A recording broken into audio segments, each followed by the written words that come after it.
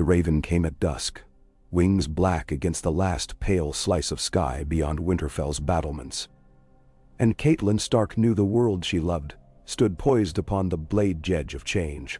She watched the bird settle, silent as a midnight snowfall, upon the rookery's frost-crusted ledge. A soft exhalation steamed from her lips, as if her body sought to lend voice to the dread pulsing in her chest. Jon Arryn was dead. Lord Eddard would leave for King's Landing, and the direwolf banners would fly in the wind of other men's quarrels. The North, vast and proud, might yet be called South, to bleed for causes that were not its own. But there remained one chance, a single skein of silk amid the iron, an alliance forged not in battlefields and burning towns, but in the fragrant gardens of the Reach.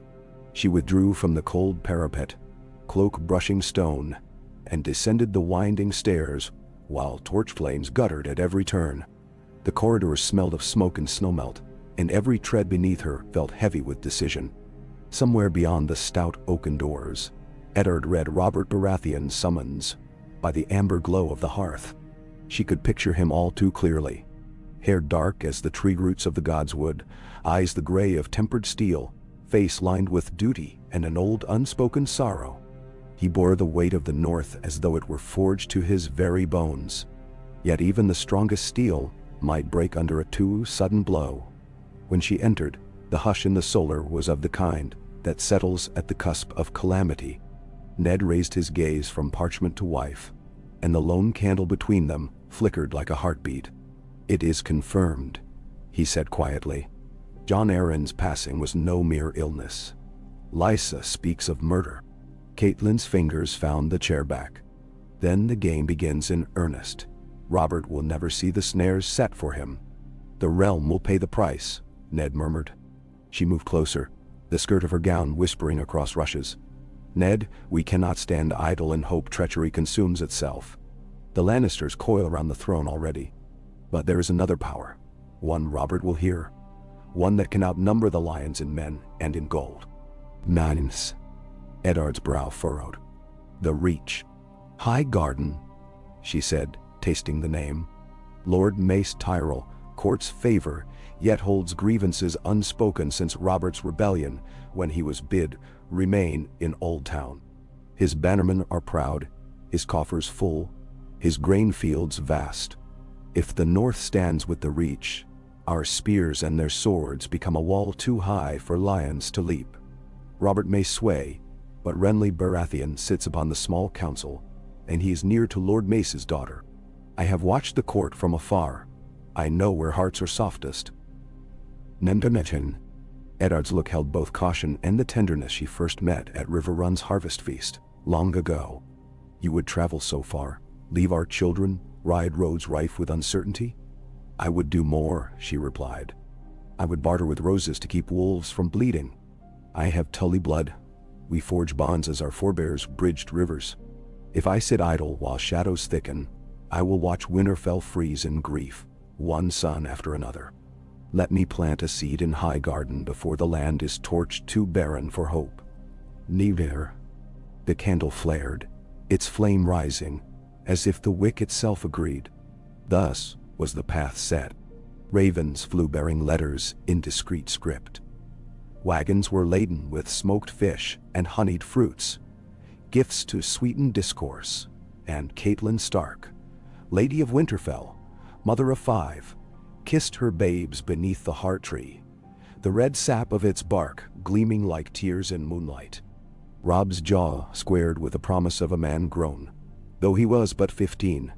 Sansa wept into her mother's cloak. Arya clenched small fists to keep from weeping at all. Bran clung hardest, limbs thin as birch wands, his questions brimming with the bright peril that innocence can neither name nor grasp. Baby Rickon slept, curls dark against his cradle's furs, aware only of the warmth that left him when her lips brushed his brow. With Maester Luwin's parchment maps folded in her satchel and Sir Roderick Castle at her side, she rode south beneath banners stitched of direwolf gray upon winter white.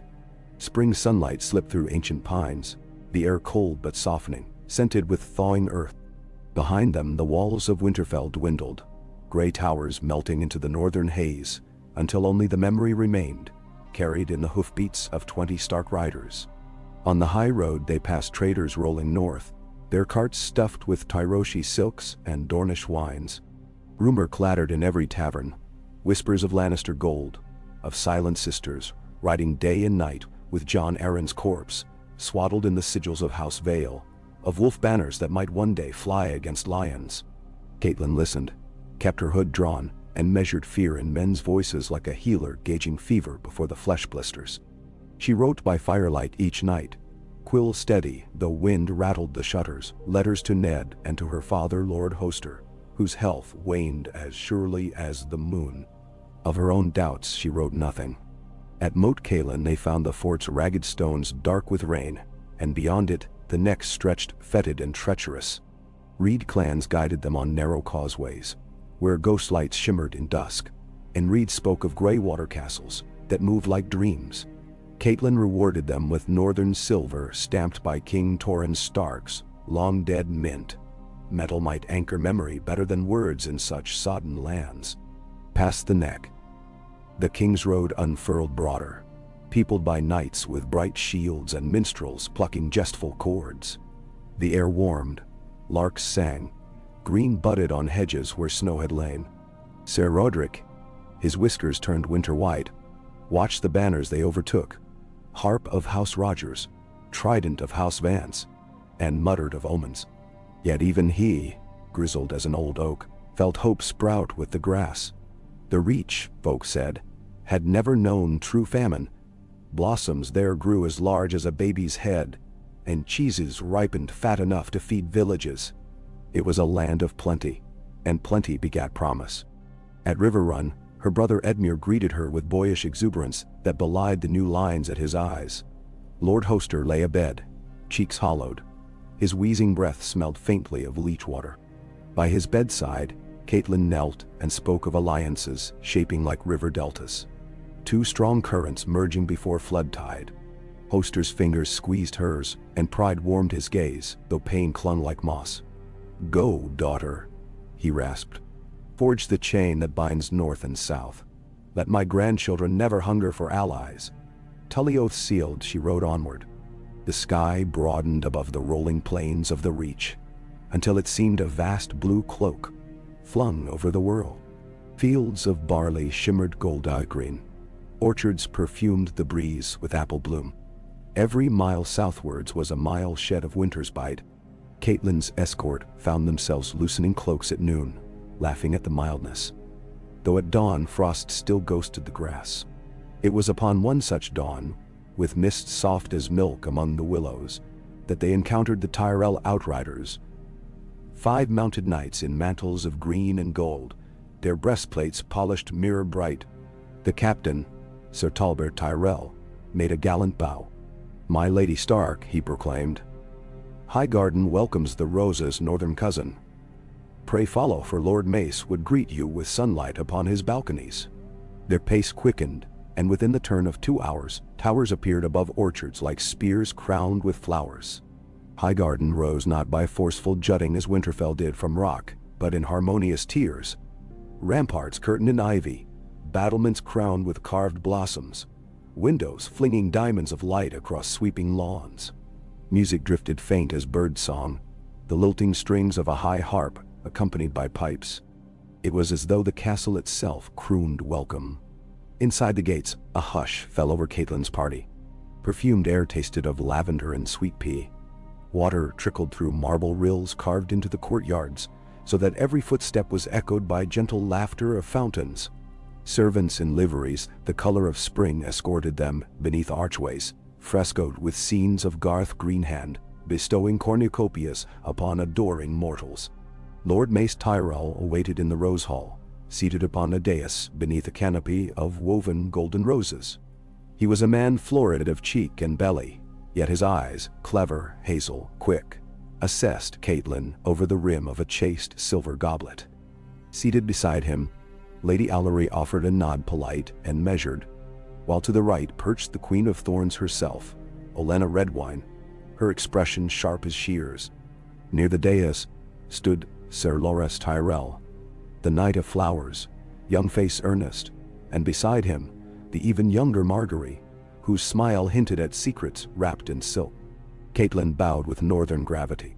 "My Lord Tyrell, Lady Allery, Lady Olenna, I present greetings from Winterfell and Riverrun both. May the seasons treat Highgarden kindly. Ian," Lord Mace gestured grandly, "and may the reach bloom ever greener through friendship's reign." His voice filled the hall like horn blasts, softened by velvet hangings. "Sit, Lady Stark. We have many cups to share." Wine was poured, pale gold, and scented with apricot. Yet before a single sup touched her lips, Olenna Redwine's cane tapped stone. "Courtesy first, yes, pleasantries, rose petals and such. But the north wind does not blow all this way for tournaments and cheese. Speak plainly, child. What seeds do you hope to plant in our garden?" "Ban." Catelyn met the elder woman's keen gaze, one that binds Rose and Direwolf beneath the same sun. "Our houses share no animosity, yet our futures may share a common peril. The lion grows bold. Claws unsheathed draw blood quickest from those who stand alone." Ser Loras stiffened. "You would ask us to rise against the crown?" "Against treachery," Catelyn answered. "I come not to conspire rebellion but to prepare defense. Should Lord Eddard discover proof that Jon Arryn was slain, the realm will tremble. My sons and daughters will not be pawns. Nor should yours." "Natstan Sharu." A hush descended, broken only by Fountain's laughter. Margaery Tyrell shifted, green velvet rustling. "If truth be treason," she said, voice like soft rain, "then we are ruled by fear alone." Olenna's thin lips curved. "See? The girl has sense." She turned back to Catelyn. "And what coin does Winterfell offer for our complicity?" "Not coin," Catelyn said. "Blood and bread. A marriage bound in honor. My eldest son Robb is near a man grown. Margaery's grace would rule Winterfell as well as any queen.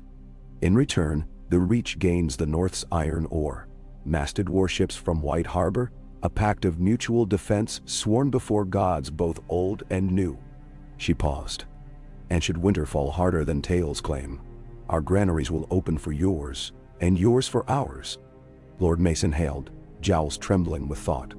Ser Loras gazed at his sister, pride warring with protectiveness. Margaery's eyes, bright as early leaves, found Catelyn's with a spark that seemed to say, "I too play the game. Do not misjudge me." Hours unspooled in that hall. Platters of honeyed quail and spiced pears emerged, were tasted, forgotten. Words wound through architecture of what gifts. Lady Olenna pruning each clause with acerbic wit, Lord Mace watering every vine of possibility with flourish.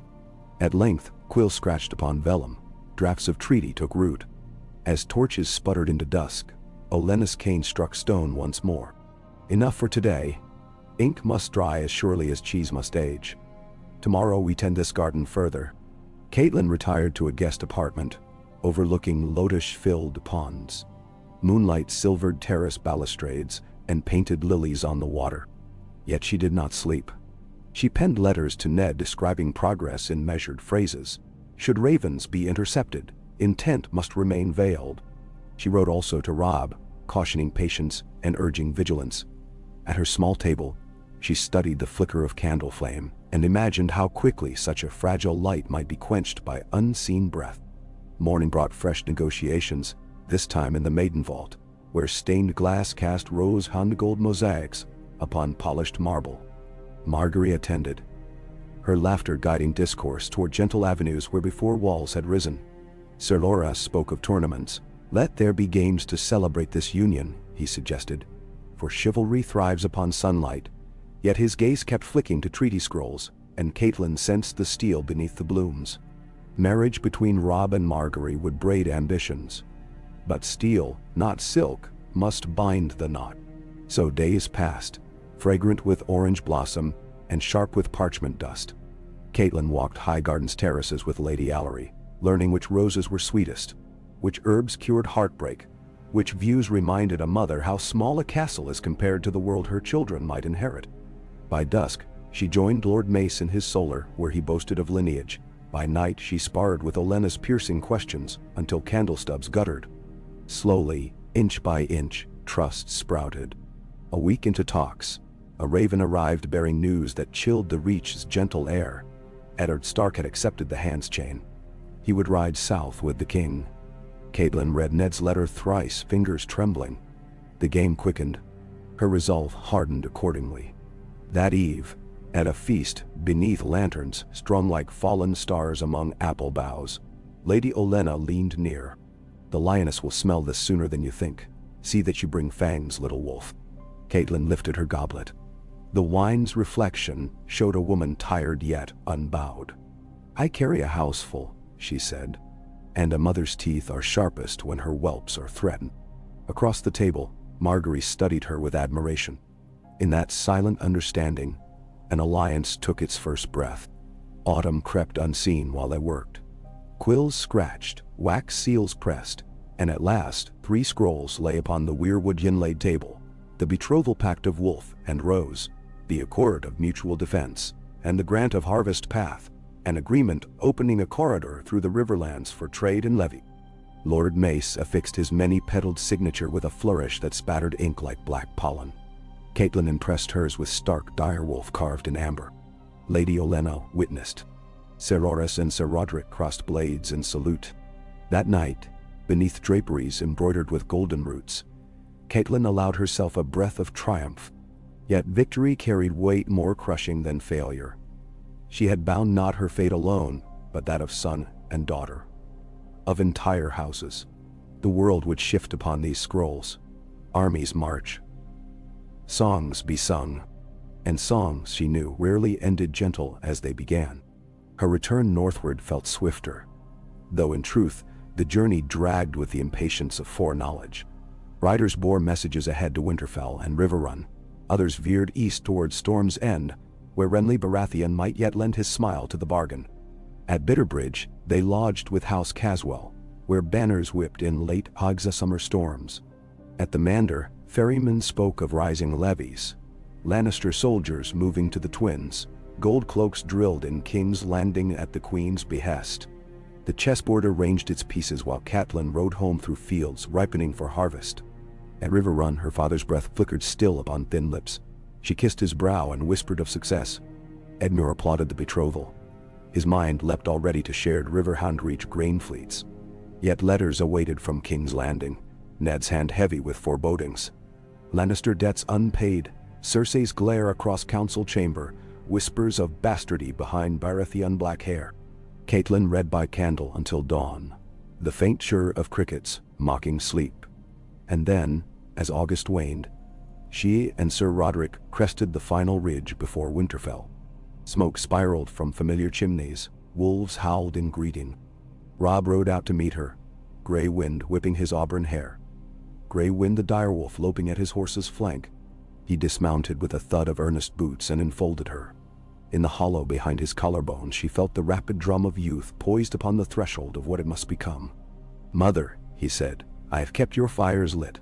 She drew back to study him, taller by 2 inches, shoulders broadening, eyes his father's. "And soon you will tend new fires," she replied. That evening, banners of roses unfurled beside the direwolf upon Winterfell's walls. Ravens soared toward Highgarden bearing Robb's sealed acceptance, and to King's Landing bearing Ned's coded confirmation. The pact at last was alive, beating within 2 great hearts of Westeros.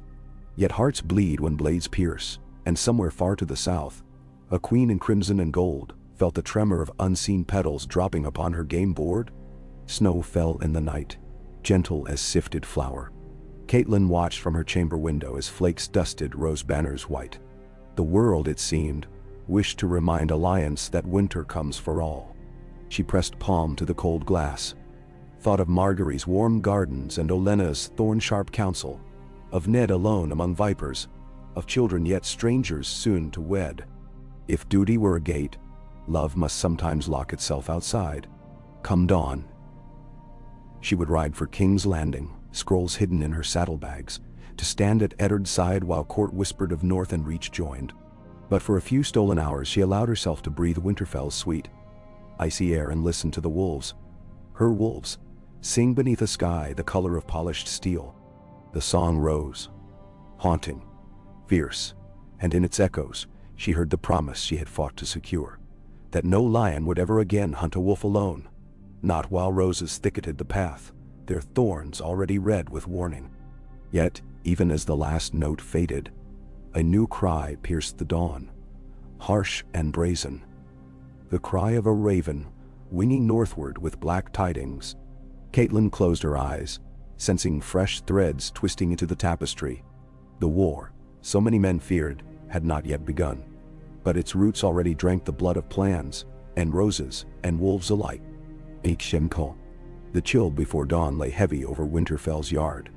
A gray hush broken only by the thud of wooden swords and the ragged breaths of boys pressing toward manhood. Catelyn paused upon the covered walk above the practice ground, her cloak drawn tight, and watched Robb move through his drill. Each parry forced steam from the mouths of his sparring partners. Each riposte drove boot prints into granular snow. Gray wind circled just beyond the fence, hackles silvered in the half-light. The direwolf mirrored his master's eagerness with impatient pacing, tail a flicker of quicksilver. Robb fought as though balance itself depended on precision, and perhaps it did, for the bladework of a lord's heir must steady more than flesh. Sir Roderick's bark carried across the yard. Again. Again. His whiskers bristled with frost. The old knight determined to draw more out of Robb than steel alone. When the boy finally disarmed his opponent, a lanky umber cousin who landed on his back amid churned snow, Roderick signaled halt. Robb offered a hand, helped the other up, then looked to the balcony as though sensing his mother long before finding her with his eyes. He did not smile. Of late, smiles came guarded. Later, in the warmth of the great hall, Robb approached Catelyn while servants laid trenchers for breakfast. Steam rose in fragrant ribbons from barley porridge, sprinkled with brown sugar. He stood beside her bench, helmet under one arm, copper hair damp. "Sir Roderick says I lean too far into my cuts," he murmured. "I see what he means, but stopping it, that's harder." She reached to brush snowmelt from his sleeve. "Your father used to say a warrior's first victory is over his own habit. Steel follows where discipline leads." Robb's jaw set the way Ned's did when weathering bad tidings. "Father should be here." The words stung despite their fairness. "He serves the realm," she said gently, "and we serve him best by keeping faith." A silence stood between them like an unwelcome guest, until Robb placed the helmet upon the table with care. "The Tyrell banners, when will they come north?" "In spring, if gods are kind." She spoke softly. Hall echo might carry curious ears.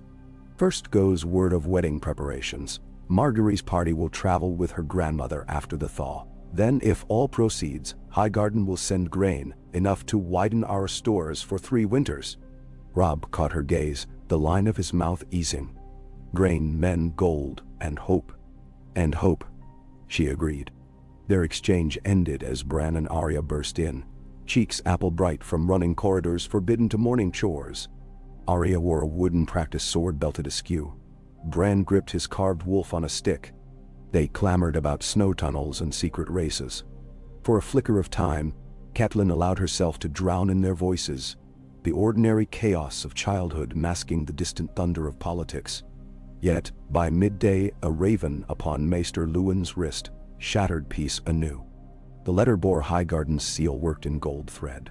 Lady Olenna's terse missive noting that Renly Baratheon, smitten with the promise of alliance, intended to escort a delegation north for the betrothal, under guise of tourney progress, to disguise deeper intent from prying Lannister eyes.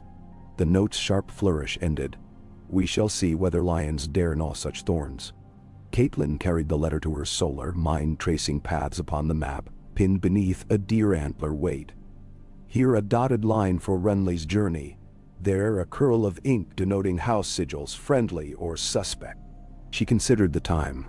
3 weeks to reach Moat Cailin if they pressed. 4 if snow remained thick in the neck. She penned responses. 1 to Olenna, commending her swiftness. 1 to Ned, coded through agreed phrases, so if intercepted it might read as talk of harvest prospects. 1 to Brynden Tully, the Blackfish, bidding him ride from River Run to meet Renly's hosts south of the Twins and guide them along Tully-secured roads. While wax cooled on seals, the godswood called. She walked beneath ancient boughs, red leaves like drying blood fluttering down to speckle snow. Wind moaned low among the branches, a voice older than the wars of men. She knelt before the heart tree and prayed, not to old gods she half understood, but to any listening power. Guard my children, my Ned, even my sworn foes, that the realm not drown in their deaths. No answer came save creak of wood. But sometimes silence itself bore blessing. 2 dawns later, she began her second journey south, smaller escort this time. 5 guards in stark livery, Sir Roderick again, despite his protests of age, and Maester Lewin for counsel. Robb remained to rule in her stead, advised by the Castellan and great John Umber, who grumbled with pleasure at a fresh chance to shout. Grey wind loped the ridge above as mother and son clasped forearms in farewell. In Robb's clear blue eyes, she glimpsed the boy he had been, and the lord he must be. They parted with no tears. The north taught its children other ways to mourn. Snow shadowed them beyond Winterfell. South of the riverlands, icy pellets turned to sleet, sheeting the world in dull silver. They found shelter at holdfasts little bigger than barns, where local lords offered bread and salt and wide-eyed stares at the notion of roses marrying wolves. Some murmured approval. King Robert, they thought, would romp joyfully in such pageantry. Others fretted what Cersei might do. At the Crossroads Inn, travelers huddled round peat fires and spoke of darker things. A screaming match between the queen and the Hand, rumored to have rattled the throne room draperies. Gold cloaks doubling patrols. Small folk whispering of bastards born to Robert. Catelyn listened. Head bent, nursing watered wine. When a sellsword bragged that Lannister men scoured the Trident for remnants of Targaryen loyalists, Sir Roderick's hand strayed to hilt, but she stayed him with a glance. Ears gathered more from silence than swords. Outside the inn the night rang with sleet. They rode at first light, hoarfrost crunching under hoof. By the time the next causeways loomed, spring teased edges of marsh pools, but thaw brought fresh peril. Bands of outlaws driven by hunger, clutching bows strung with gut that hummed when loosed. Twice arrow shafts whirred past. Once Sir Roderick's pauldron rang as ironwood shaft snapped upon steel. They pressed on, tracks vanishing in mist. At Greywater Fever River, they met Howland Reed scouts. Silent men clad in woven reeds and frog spear points. They led Catelyn's party over floating mats of rush, islands no outsider could find unaided. Reed warriors spoke seldom, but in their moss-bright eyes she sensed approval. The pact of North and Reach pleased their green dreams. Beyond Moat Cailin the king's road broadened, edged by new-leaf willows. Flocks of geese scribbled V-shapes across the sky. Catelyn felt winter's starched collar loosen, though not her vigilance. On the third evening south of the neck, thunder of hooves heralded riders cresting behind. A column in crimson cloaks, twin lions rampant on shields. Lannister outriders. Sir Roderick marshaled their small escort into a bristling knot, upon a low rise crowned with wind-bent shrubs. Catelyn's fingers stiffened around her reins, but she kept her hood back. Fear must not hide her face. The Lannister captain reined in halfway upslope, a tall man with hair like fresh split straw, helm plume dancing dot. "My Lady Stark," he called, voice carrying lazy amusement. "What fortune places you upon these lonely leagues?" She guided her mare forward one pace. "Good day to you, sir. We ride under safe conduct of the king's peace." "Peace has many faces," he replied. "Word in King's Landing says you snatched Tyrion Lannister upon the high road, not long past." His grin showed even white teeth. Some lions recall. Ice shot through her spine, though she knew rumor twisted truth. In this world her hands had touched no dwarf, yet suspicion needed no reason to sharpen claws. She forced calm. "Rumor runs faster than ravens. I counsel you to chase firmer game." Behind her, Lewin coughed softly, readying scroll of royal command naming Catelyn emissary to Courtour. But parchment rarely impressed men who served golden lordship. The captain's horse stamped. For a breath, the slope filled with the clink of harness and muted roars of the lion's sigil. Then he dipped his head. "We shall extend to you the courtesy owed the Lady of Winterfell." A pause. "For now."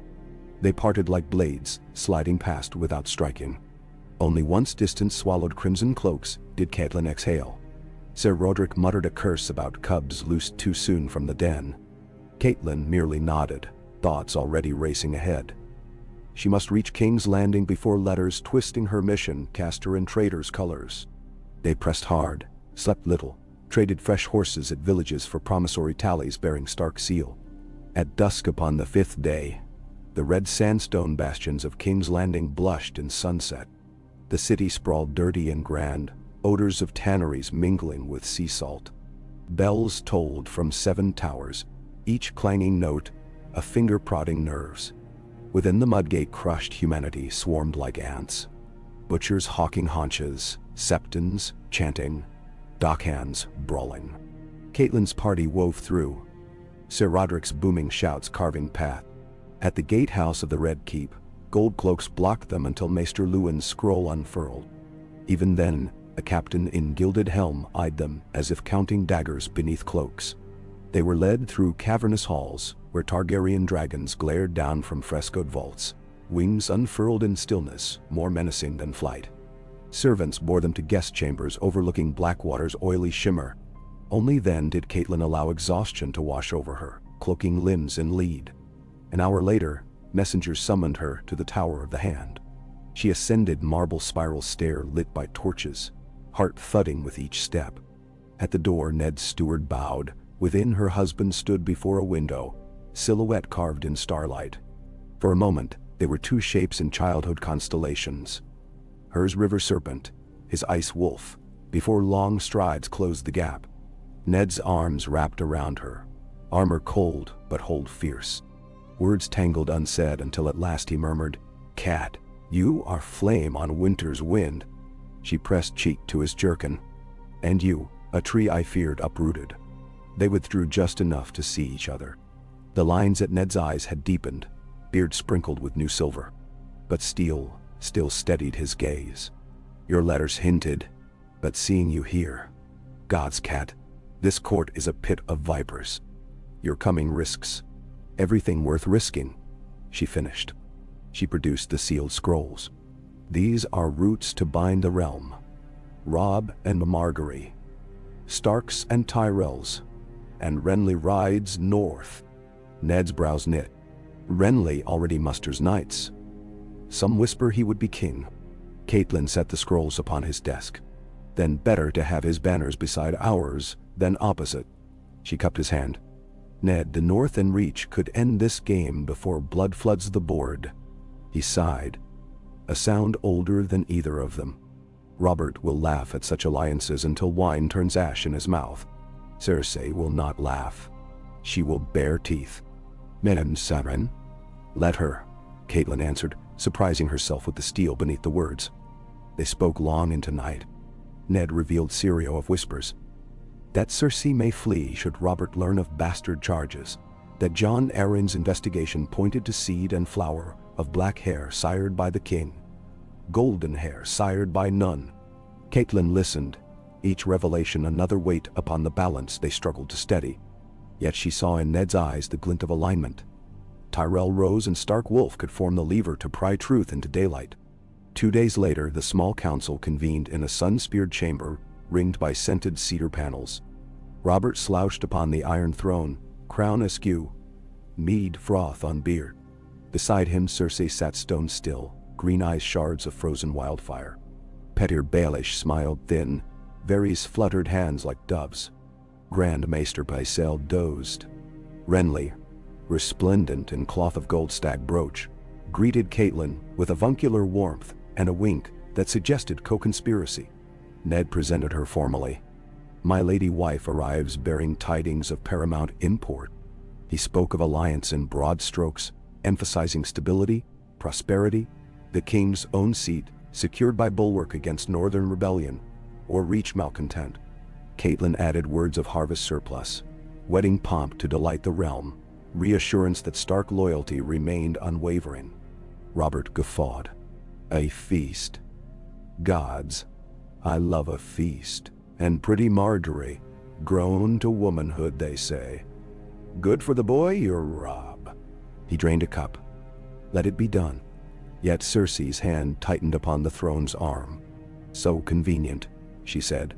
While I nurse heirs of true royal blood, the wolves and flowers join stems.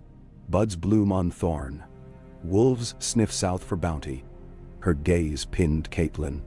Have you asked whether we desire northern pups in Reach Meadows? Renly leaned forward, voice calm. Your Grace, I dare say the realm desires peace above all. My Lord Robert's purse is lighter by the year. War costs coin, coin comes from harvest. An alliance keeping field and forest unburned benefits every crown, even lion rot. Cersei's smile sliced. Some vines strangle oaks. Robert waved huge hand. Enough. The matter pleases me. We will send envoys, write charters. Hand.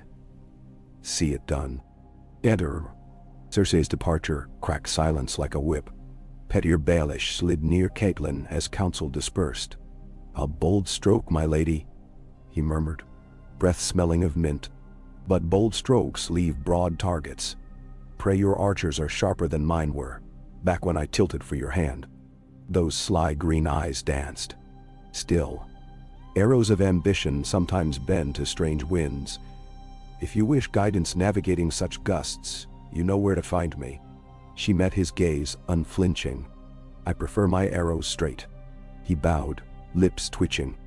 That evening, servants bore Catelyn to Margaery's apartments within Maegor's Holdfast, where the young lady awaited like dawn distilled, gown of pale rose damask, hair woven with golden vinelets. Between them bloomed fragrance of crushed petals as they embraced. Margaery's voice rang soft. Your son wrote a gracious letter. He worries whether I enjoy snow. I wrote I relish all seasons. Her smile held both youth and cunning. Your daughter Arya sent a note, too. She says if I hurt Robb, she'll set Nymeria upon me. Catelyn laughed, the sound sharper than she intended. Arya has more wolf than lady. I rather like wolves, Margaery replied. They spoke by a brazier, servants drifting silent as ghosts. Margaery revealed lists of seamstresses readying wool and silk blending north and reach palettes, vintners selected, musicians engaged. Yet beneath bridal detail, strategy thickened. My grandmother says Cersei will move against us soon. She will not trust a union she cannot break. Catelyn studied the girl's poised hands. Are you afraid? Margaery shook her head, candlelight dancing across determined features. A rose's business is to bloom. If winter comes, so must spring after. Mezan. In days that followed, the Red Keep roiled. Rumors sprouted like mushrooms, of Baratheon bastards vanishing from street fronts, of gold cloaks answering to the queen alone, of the king planning a grand hunt. Amid clamor, Catelyn and Ned stood firm, signing charters, dispatching ravens north and south. Varys visited twice, gliding like silk. He offered riddles of power, 2 men in shadow and a king who commands. Not the thrice-crowned, but the one believed.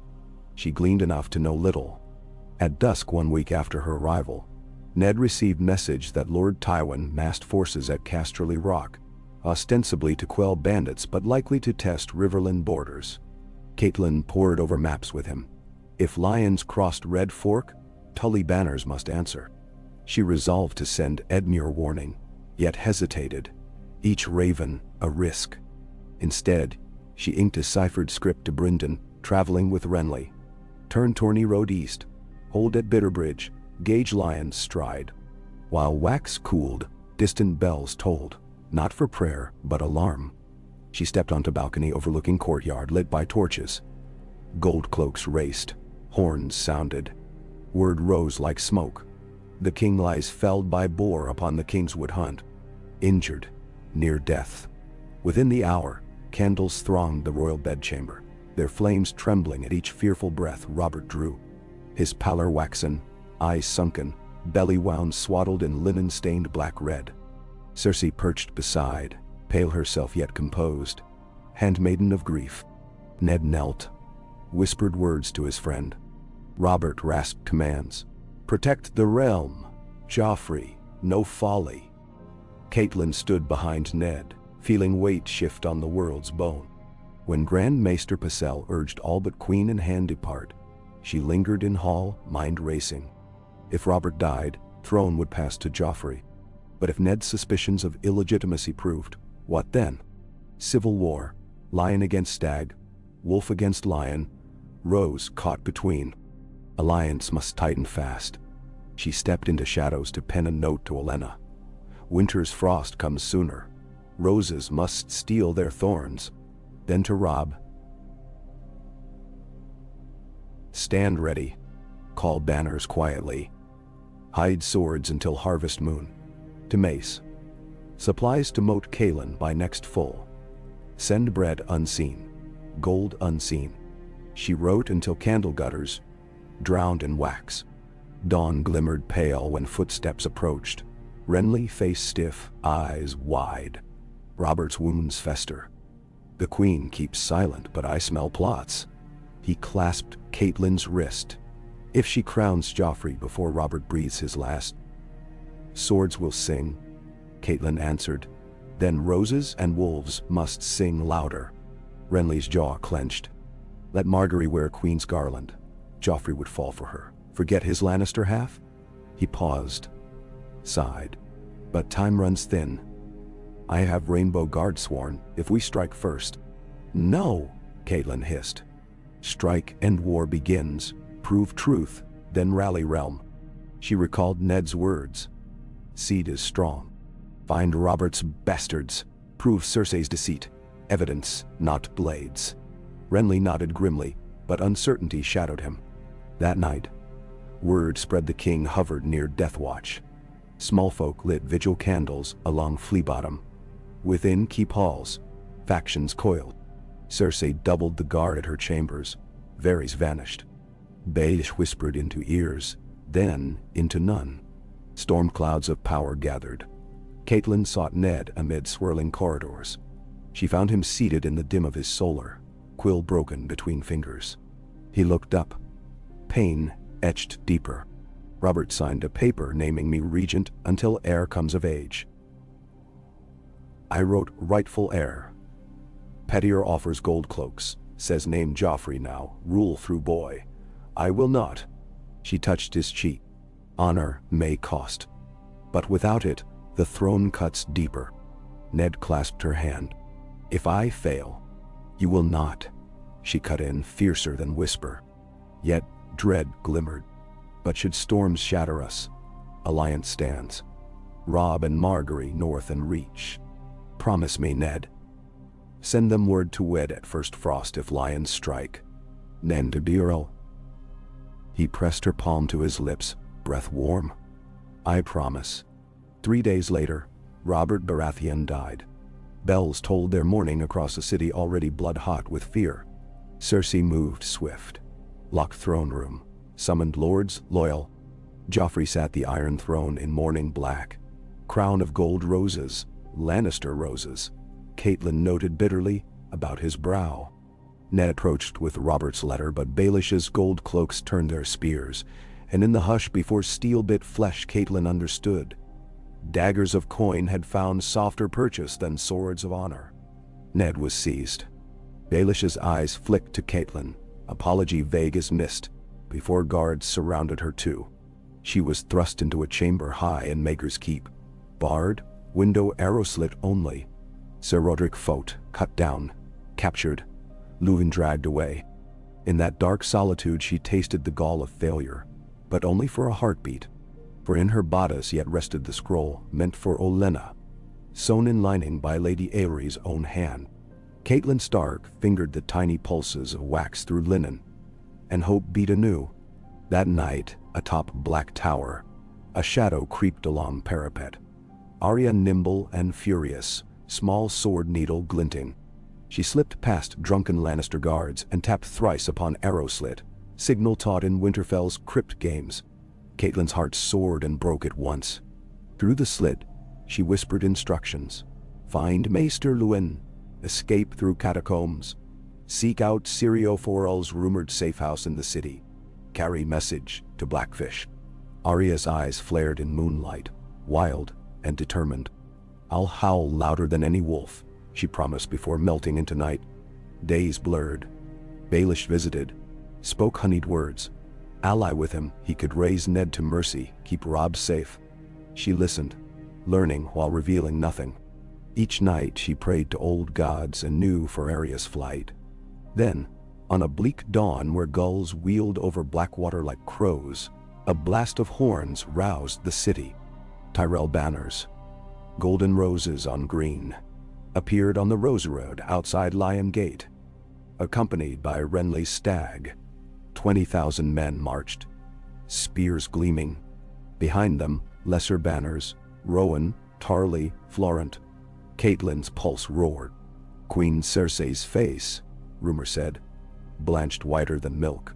She commanded gates closed, but Tyrell outriders already mingled with small folk, sharing bread, singing songs of spring returning.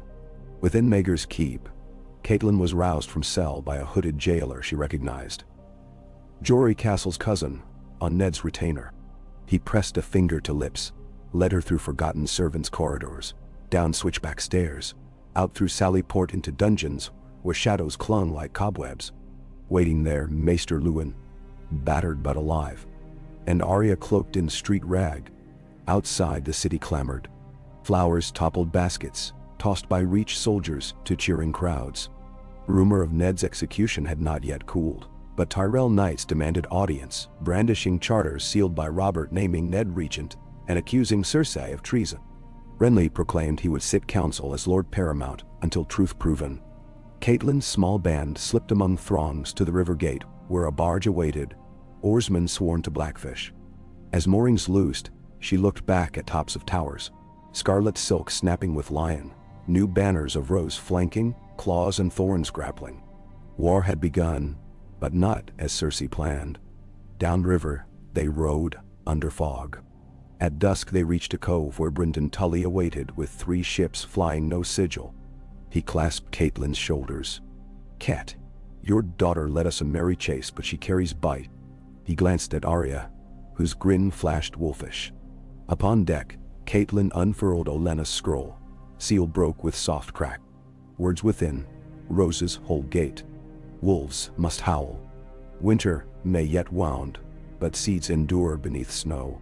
Olenna promised safe harbor at Bitterbridge. Supply trains headed for Moat Cailin, and captains loyal to ferry Catelyn north.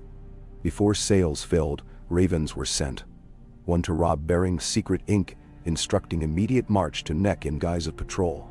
One to Margaery bidding courage. One to Sir Roderick's kin, with word of his capture to bargain via prisoner exchanges. That night beneath unfamiliar constellations, Catelyn stood upon prow as wind whipped hair loose. Sea spray salted her lips. Ahead lay grief and battle, alliance tested by flame and frost. Yet she felt something like faith. A thread woven from Ned's honor, Robb's promise, Margaery's rose-strong will, Arya's daring, Olenna's thorns, and the countless hearts who would bleed or bloom, because a mother rode south to barter a bond of wolves and flowers. She whispered to Darkwater, "Let the world remake itself kinder than before," though she knew kindness seldom won crowns. Still, seeds sprout in unlikely soils, and even roses whose petals scorch may root anew where ash falls. Behind her, Arya leaned on rail, eyes alight with reflected stars. "Mother," she asked, "do we fight lions now?" Catelyn draped an arm across her daughter's shoulders. "We fight for the garden, little wolf. Keep your sword straight, your heart true, and let winter teach you how to grow." The ship creaked northward, prow cutting midnight water like a quill across parchment, writing the next uncertain chapter where roses and wolves together might pen peace, or carve destiny in blood-bright ink. Oh, ah. Night's indigo, hush cloaked the narrow sea lanes, between Blackwater Bay and the Trident Delta. The vessels bearing Catelyn Stark slicing black water that hissed against their hulls, like shushed confidences. Lanterns swung low on the mainmast of the lee galley. An old Myrish cog renamed Maiden of the Mander, throwing jittering gold upon deck planks slick with brine. Each time the ship's prow slapped a wave, spray leapt high enough to glitter in those lantern auras, and then vanish into the dark as though swallowed by the sky itself. Below, In a cramped captain's cabin lit by one sputtering tallow candle, Maester Luwin stitched fresh linen strips across Sir Roderick's wounded shoulder. The old knight, pulled from Red Keep dungeons in Renly's first prisoner exchange, when Tyrell spears threatened the king's gate, sat stoic, jaw clenched against the bite of needle. His whiskers, once fine as hawk down, had gone ragged during captivity, but his eyes still threw off the flinty sparks of a man unwilling to yield breath until all debts were paid. Catelyn stood near, steadying Roderick's opposite arm each time the ship lurched. Her own sleeves were rolled and stained with drying blood from when the rescuers had cut chains on a torchlit stairwell deep below Maegor's holdfast. Arya crouched by the bunk, sharpening needle with a whetstone, the swish-scrape a constant undertone. When Luwin finished the final knot, Roderick exhaled as though relinquishing a barrel of mead he'd carried up a mountain. "My lady," he rasped, "forgive an old fool's failure. Had my sword bitten deeper the day the gold cloaks turned, Lord Eddard might still draw breath beneath free sky." Catelyn squeezed his forearm. "Your sword kept my husband alive long enough for truth to root." She did not voice the rest. That Ned lay confined in the black cells beneath the Red Keep even now, his fate twisting in Cersei's fist like yarn near candle flame.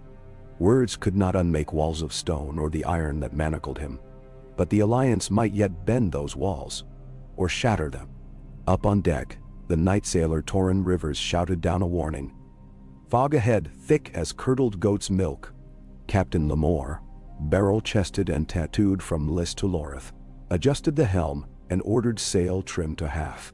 The maiden slowed, sails shuddering, while two smaller cogs behind followed suit. A pale albatross flitted ghost-like across the prow lamps, wings beating silence. Brynden Tully emerged from the stern castle in wolf-trimmed cloak. "We slip north on spider silk," he said to Catelyn, voice pitched low. "Tomorrow, if current favors, we reach Saltpans for fresh victuals. Then, swift upriver to Seaguard, where Jason Mallister waits with swift river galleys. From there, horseback west to the Trident's Green Fork. I've arranged a train of palfreys for speed. Robb gathers at Moat Cailin already.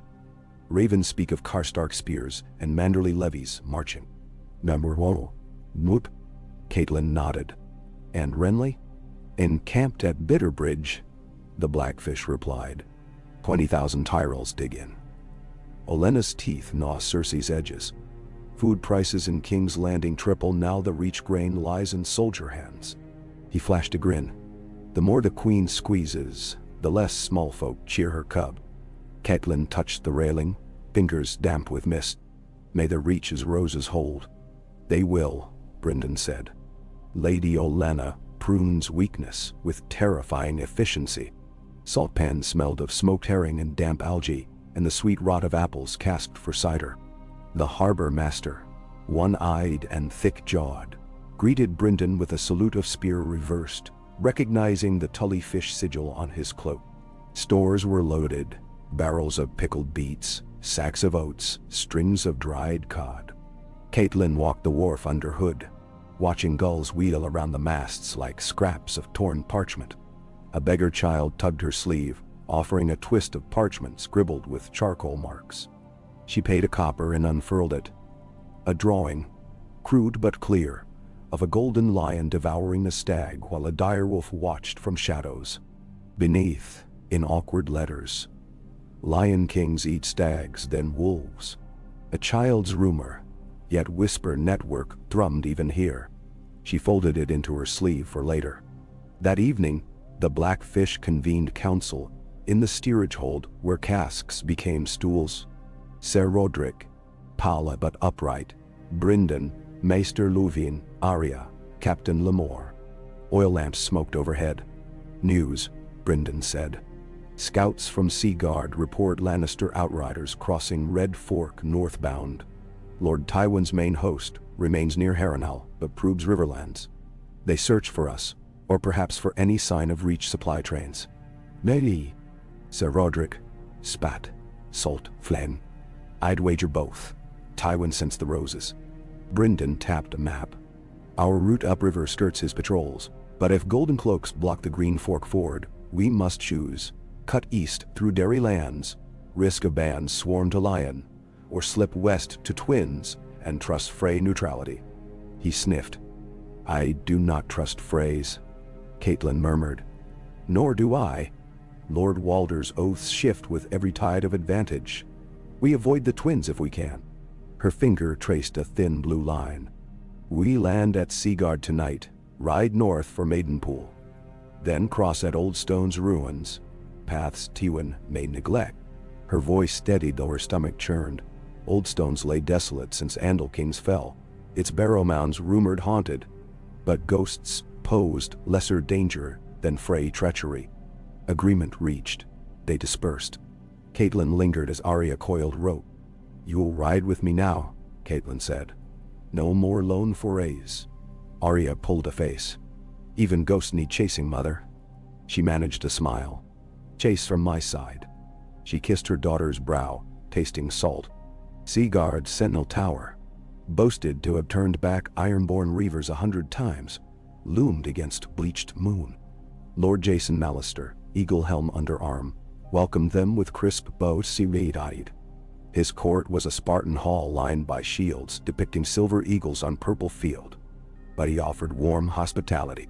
Half the night, he and Brynden swapped campaign tales over hard cheese and river ale, while Catelyn obtained fresh ink, parchment, and the valuable cipher wheel Ned had left here on journey south long months past. At dawn, mounted on swift palfreys with 24 Seaguard outriders, they cantered northeast. Spring's first real warmth gilded meadows. Larks nested in hedgerows. Yet war rode behind each bird call. Smoke smudged horizons where Lannister foragers burnt granaries. Twice they overtook villages with corpses of small folk swinging from ash trees, placards nailed. Traitor to the king. Catelyn ordered the dead cut down, buried, not for their sake alone, but so future travelers might see defiance lived. On the fourth day, they reached ruins of Old Stones. Moss-eaten walls jutted like ribs from a giant buried yet restless. Moon had already climbed half the sky.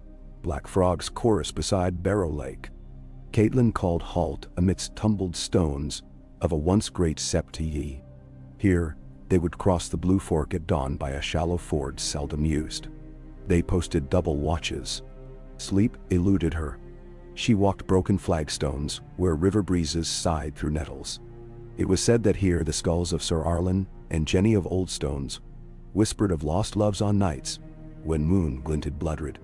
She thought instead of Ned's smile the day he placed Rickon in her arms, of Robb toddling across Great Hall, of Bran's laughter from Winterfell towers, of Sansa singing of lemon cakes. She thought of Jon Snow. Somewhere on wall, a silent star above horizon of her guilt. Her heart felt bruised, peach-soft, yet she let the ache remain. Proof she still lived, still fought for them. Footsteps scuffed rubble. Arya emerged, cloak too large, eyes bright. Couldn't sleep, she said. Catelyn drew her near. Hear them? She asked, half jesting. Arya cocked ear. Wind rustled nettle. Some night bird warbled. Only your heart, Arya said, small hand upon her mother's chest. It drums like spear on shield. Catelyn kissed her knuckles. As long as it drums, we march. The ford crossing went smooth. Mallister outrunners took upstream bluff. Brynden led charge across knee-deep water, cloaks snapping. Catelyn followed with Luwin, Arya sandwiched between two Seaguard men.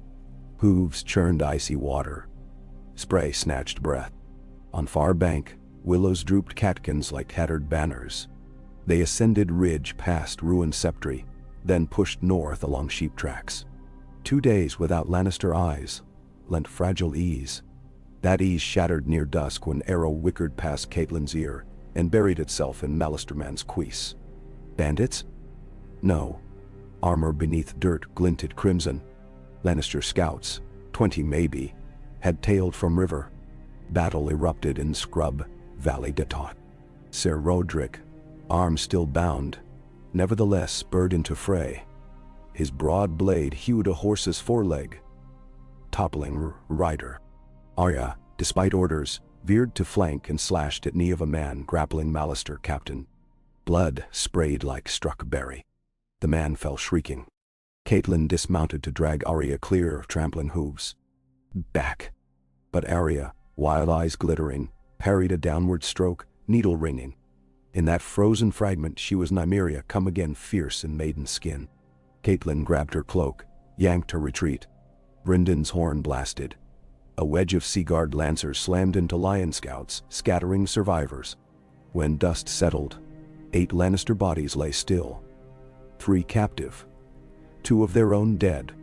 Maester Luwin tended wounds as twilight settled, bruised purple. Catelyn knelt before Arya. You fought bravely, but you cannot bleed for every wrong tonight. Was. Arya's lower lip quivered, but she sheathed needle. I cannot watch people die if I might save them.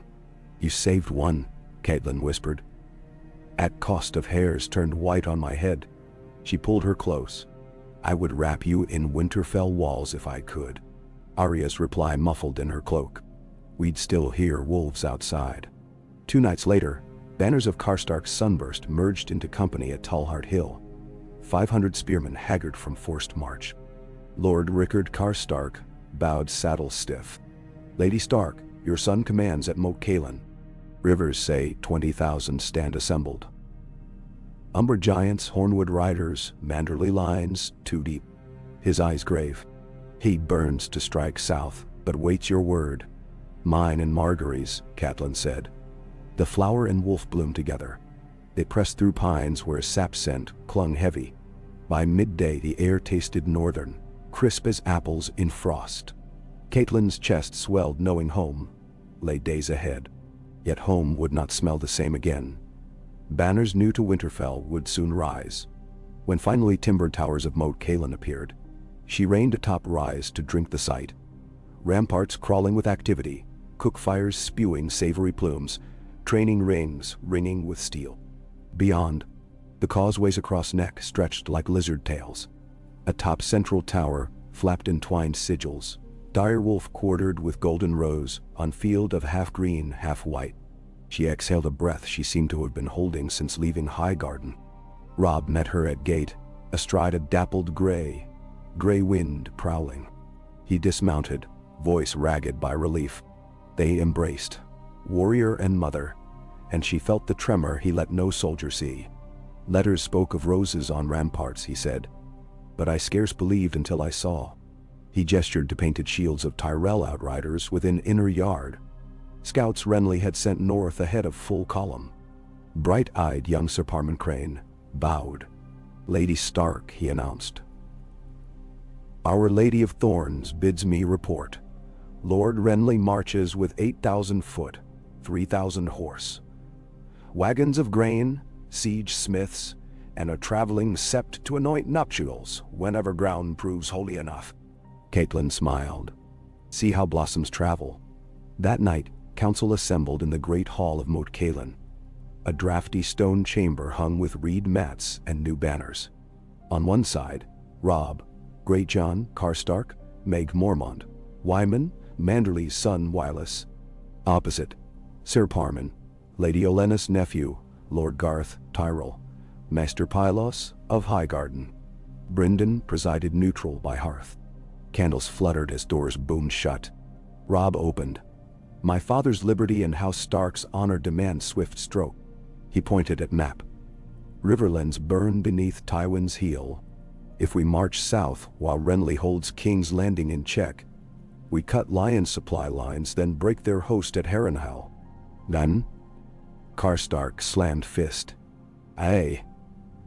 For every river village torched, a lion must cough blood. Greatjon roared agreement. But Sir Parman raised courteous hand. Our wagons cannot match northern stride through Neckmarsh. We propose rendezvous at Twins. Securing Frey crossings ensures direct road to Harrenhal. Catelyn's skin prickled. Lord Walder must be brought to oath in plain daylight before all eyes, she said. He shall host betrothal feast at crossing itself. Witness wolf and rose binding. Then he lends his bridges to joint host. Garth Tyrell stroked beard. Clever. Freys covet alliance by marriage. If Walder's kin stand witness to this greater union, He cannot betray without branding himself oathbreaker to half the realm. Thus agreed. Within 10 days Robb's full strength would move south, Renly's force north, to meet at Twins under banner of wedding. Letters flew that night, ravens leaping into moonlight, carrying hopes inked in blood-black script. 2 mornings later, Margaery Tyrell rode into Moat Cailin upon a white palfrey, clad in traveling gown of moss velvet and cunning leather bodice. An escort of Tyrell men-at-arms circled, swords green enameled, but the young lady seemed unsurprised when Grey Wind trotted beside her mount and sniffed her boot. She patted the direwolf's massive head without flinch, earning low, satisfied growl. Catelyn, watching from rampart, released a breath. The meeting between fiancé and bride-to-be happened in courtyard kissed by thin northern sun. Robb descended tower steps in polished burgundy, no silk doublet for a war captain, and bowed. Margaery dismounted, curtsied. Silence stretched, watchers holding breaths. Then she smiled, and Robb smiled in answer. Awkward but honest, and stepped forward to clasp her hand. A murmur, half sigh, half cheer, spread among soldiers. That evening, beneath tents of green and white erected between towers, Robb and Margaery shared bread before assembled captains, thereby enacting the Westerman custom of handfast of first soup eat. Margaery spoke clear. I break this loaf with Robb Stark so our houses may break none between them. Robb echoed vow. Applause thundered. Olenna's proxy, Maester Pylos, produced slender silver chains, one drawn from reach coffers, one forged in Winterfell smithy. He linked them across the couple's joined wrists, a symbolic binding, until Septon might wed them proper at Twins. Arya jostled through crowd to pump fist. Sansa's absence stung Catelyn as fresh arrow. Later, Catelyn guided Margaery along battlements dusted with frost crystals. Breath plumed as they surveyed encamped host. Cold? Catelyn asked. Margaery pulled fur mantle tighter. A northern spring tests metal, but roses harden under unexpected winds.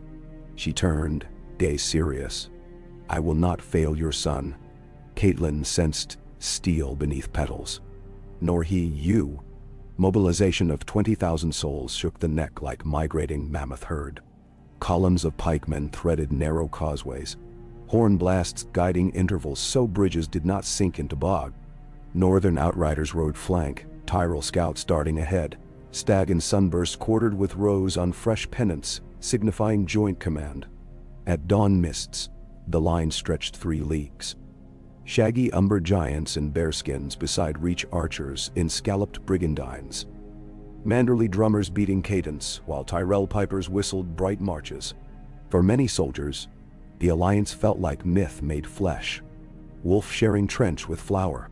Arya rode forward with messenger company, tasked by Robb to relay orders, her first official post.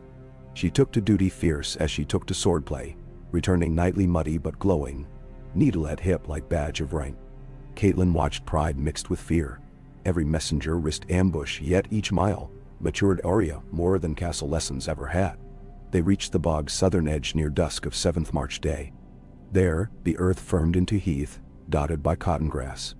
Fires roared, cooks spitted ibex, onion, turnip. That night, Robb convened war council beneath canvas map tent. Greatjon reported Frey ravens. Lord Walder joyfully accepted host and betrothal feast, promising crossing rights in exchange for courtesy gifts, narrow as a Frey's smile. Olenna's response to list of demands arrived via swift courier. Pay the man his coin of courtesy, then keep ledger of all affronts for later pruning. Her words drew chuckles, even from Greatjon. Plans were set. Vanguard to reach Twins first light 5th day. Robb would lead with Karstark, Tyrell outrider, Lord Garth left flank, Greatjon right. Margaery to accompany but camp north shore until bridge secured. Catelyn insisted Arya remain by her side, yet conceded the girl might join scouts after crossing. When council dismissed, Catelyn stepped into starlit night, thick with camp smoke. Robb joined her, silent. She studied his profile, youthful yet tempered by weight of command. In lamplight, his hair glowed like ember under ash. "You shoulder kingdom burdens," she said. He glanced downward. "I wish Father here to guide me." "He is," she answered, touching his armored chest where heart beat steady. "In the choices you make." He nodded, but eyes shone with quelled tear. She wrapped arms around him, plates of steel between, yet warmth passed. The march to Twins unfolded beneath clear skies, as though the gods themselves wished nothing mar crossing. But rumors galloped ahead. Tywin's outriders sniffed east, Cersei hiring sail fleets, Stannis Baratheon, not Renly, dispatching ravens claiming throne by true blood. Each scrap of news threatened to reroute alliances. At midday 3rd March, outriders reported smoke pillars east. Scouts returned with grim news. Lannister skirmish at Milkbush Mill, Frey levy destroyed while carrying wheat north. Walder's nephew among dead. Some predicted Frey anger would turn against Lions. Others worried he would blame Starks for failing to protect his kin. Catelyn sent condolence Raven immediately, couched in warmest courtesy. 2 evenings later they sighted Twins, 2 massive stone keeps, one on each riverbank, linked by a covered bridge of dark timber, the only permanent crossing for leagues. Frey pennants hung limp. War horns sounded. Gates remained sealed. Tension rippled through columns. Robb and Margaery, flanked by honor guard, advanced under peace banner to parley. Catelyn rode close enough to hear, though hidden amid escort. Old Lord Walder appeared upon balcony, sallow skin sagging like melted tallow. Surrounding him throng of offspring.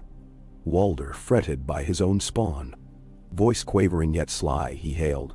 "Hasty wolves, perfumed roses, crossing you seek, toll you pay." He enumerated long list. Gold chests, Manderley silvers, pledged to marry one Frey daughter to Northern Lord, another to Tyrell cousin.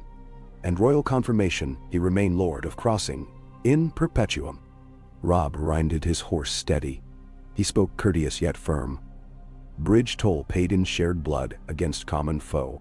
We feast this night together, then at dawn our armies pass. For this, the North grants Lord Walder wardship of 3 river fortlets seized from Lannister bannermen. The Reach gifts a yearly tribute of 200 casks. Arbor Red, courtesy of Lord Paxter Redwine, along with seeds of golden rose for your gardens." "Nest shy," Margaery added, "and I, future Lady Stark, vow a dowry of river-run samite for your daughters." Murmur among Frey kin. Walder's filmy eyes narrowed. He spat flame off balcony, then croaked, "Bring me parchment." He signed, though his signature dragged across page like reluctant slug. That evening, feast tables lined Central Bridge, roasting boar, lamprey pies, honeymead. Minstrels from Highgarden strummed harps. Northern fiddlers answered. Walder's brood ogled Reach finery. Tyrell damsels disguised condescension as cordial smiles. Frey musicians played off-key, but loud. Catelyn sat between Brynden and Lady Arwen Frey, trying to ignore Walder's roving gaze at Margaery.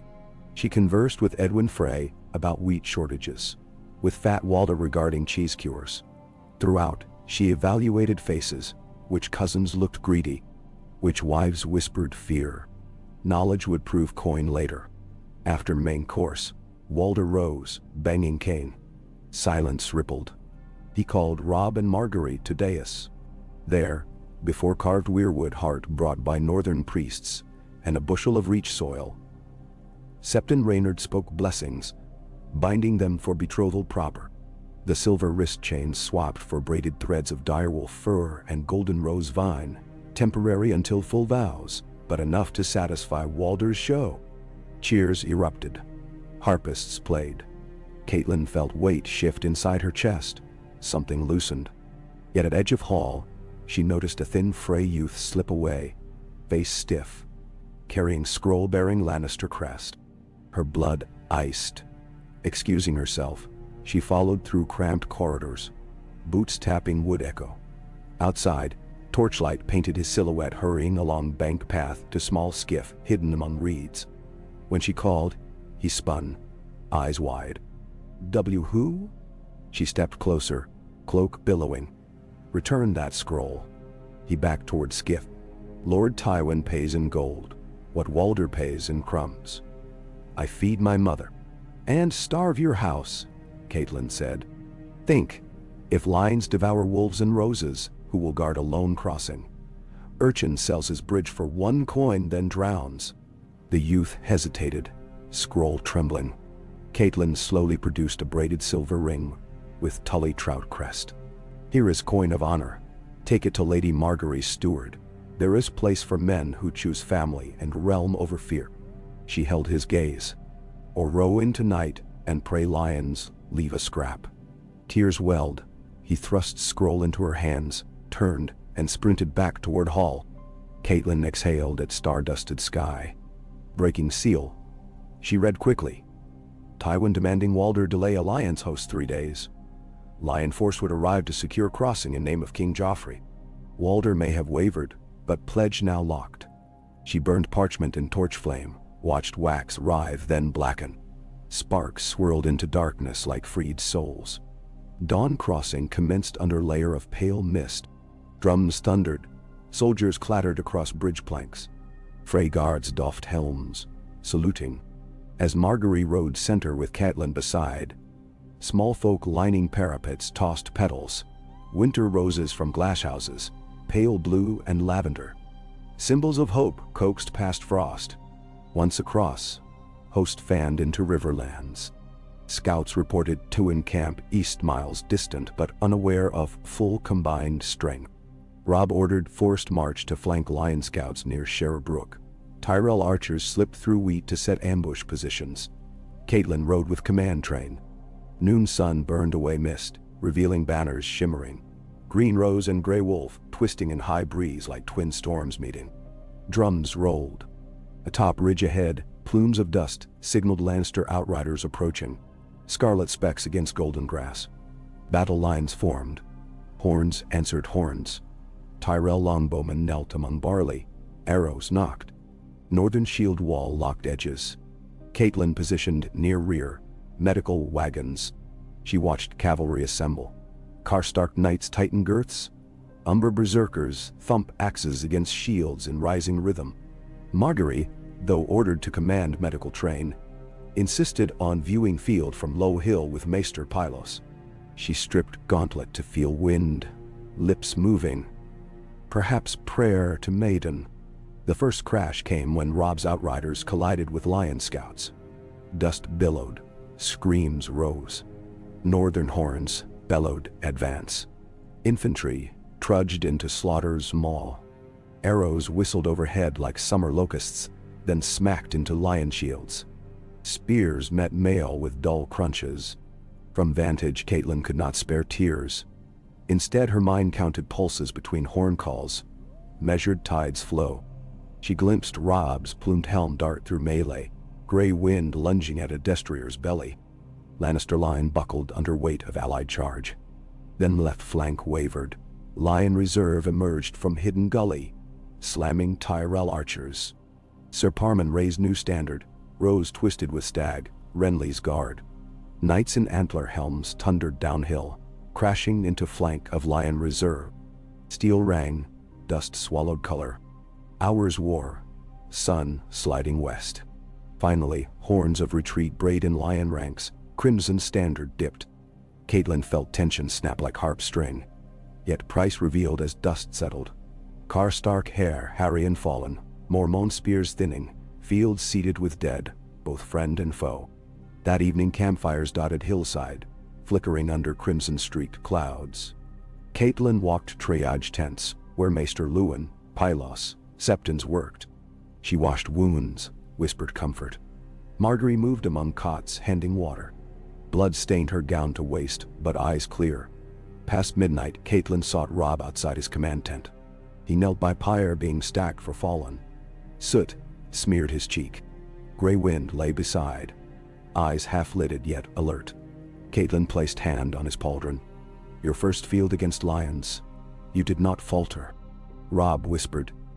Victory tastes of ash when men call for mothers I cannot give. Firelight danced, but we held together. She squeezed shoulder. And tomorrow we march toward Harrenhal. Tywin will reckon with Wolf Rose. He nodded, rose. Together, they placed first torch onto pyre. Flames roared, embers spiraling skyward like souls seeking constellations of old kings. A fortnight's campaign unfolded swift and brutal. Lion outposts at Acorn Hall and Pink Maiden fell to combined assaults. Edmure Tully, riding from Riverrun with Riverlords, linked at Maidenpool. Supply lines from Highgarden snaked north, feeding host. Olenna's couriers whispered of food riots in King's Landing, Queen's Guard turning blades on crowds. Renly held Bitterbridge, parleying with Stormland's lords. Rumors said he donned a crown behind closed flaps, yet none saw him unveil. Through it all, Catelyn served as fabric-stitching banners. Her letters to Olenna shaped grain flow. Her presence at field councils balanced hothead Grachan and cautious Garth Tyrell. Her nightly talks with Robb steadied his burden. Her encouragement bolstered Margaery's resolve. Meanwhile, Arya adopted stray girls orphaned by raids. "My band of cats," she called them, and drilled them in knife-throwing behind cookfires. Catelyn scolded yet arranged for Septa to teach reading between lessons. War forged strange futures. When at last they ringed Harrenhal's black towers, Tywin retreated east under cover of night, leaving behind garrison of bloody mummers and prisoner cages. The allies stormed, roared through blasted gates. Catelyn walked soot-stained halls, strewn with chains, freeing Riverlander peasants. In dungeons, she discovered barrels of grain stolen from Frey barges. She ordered them returned across lines bearing message: lion theft, wolf justice, a spark to erode any lingering Frey doubts. In the Godswood, formed among shattered keepstones, Robb and Margaery exchanged final vows before weirwood sapling transplanted from Wolfswood, and a young heart tree's crimson leaves imported by Tyrell gardeners. Robb pledged sword and name. Margaery pledged rose and hearth. Catelyn stood witness, tears pooling yet unspilled. The army cheered, their voices echoing in Harrenhal's cavernous ruin, each shout a pebble flung into pond whose ripples reached even King's Landing walls. For in the capital, word of Stark Tyrell union atop captured Harrenhal sparked panic among goldcloaks, fury in Queen, and fervor in smallfolk, who whispered that wolves brought bread where lions brought chains. But victory paths twist. One dusky dawn, various little birds delivered message to Catelyn's carved crane box. Lord Eddard will hang at moon's zenith 3 days hence unless heirs yield. A chill doused her marrow. She sought Robb, thrust, scroll. He read, face a glacier split by fury. They dare hold father as ransom now stranger to realm. He paced. March on King's Landing storm walls. Not yet. Her voice wavered but firmed. If we rush, lions bleed small folk to spite us. We need cunning. She remembered Baelish's offer, Varys' riddle. Power lies where belief does. The city starves. Roses feed. Wolves guard. Offer bread to break chains. She convened council with Brynden, Margaery, Garth. Plan formed. Tyrell grain fleets sail up Blackwater under rose banners, now quartered with Direwolf. Within each hull hidden Stark Outrider units. Olenna's agents will incite bread riots. When gates open for grain, disguised units slip inside. Rally starving crowds, declare protection under alliance charter. Demand Ned's release before shipments unload. If refused, fleets burn riverfront granaries within Lion Hold, denying both queen and populace. Risked lives countless, but war already cost more. Margaery insisted on leading envoy into city. Let them see Queen of Bread, not iron. Robb resisted until Catelyn placed hand on his. A queen who would feed realm earns blades sharper than steel. He relented. Within 2 days, grain fleets under Admiral Redwine weighed anchor, holds stuffed. Catelyn watched from Harrenhal's tower as sails unfurled.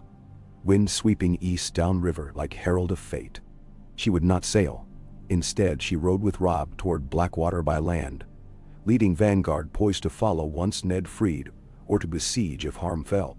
Before departure, she visited Harrenhal's septry, kneeling beneath broken roof, open to sky. She prayed to gods old and new, to maiden for Arya, to warrior for Robb, to mother for Sansa in court, to stranger for Ned should darkness claim him. Tears finally spilled into dust where moss sprouted. Each tear felt like vow renewed. As she rose, a rook alighted on shattered window, cawed thrice, took flight east. She followed its arc until swallowed by clouds glowing dawn gold. Somewhere beyond that horizon, the game's final border waited. A starving capital, a captive husband, a queen cornered, a throne trembling under weight of secrets. Wolves and roses advanced together across fields sown with grief and hope alike, and Catelyn Stark, heart of that union, marched at their head, bearing the steady beat of drum that Arya once heard amid old stone's ghosts, a rhythm promising that whatever dawn demanded, winter's children would answer with the full, fierce bloom of spring.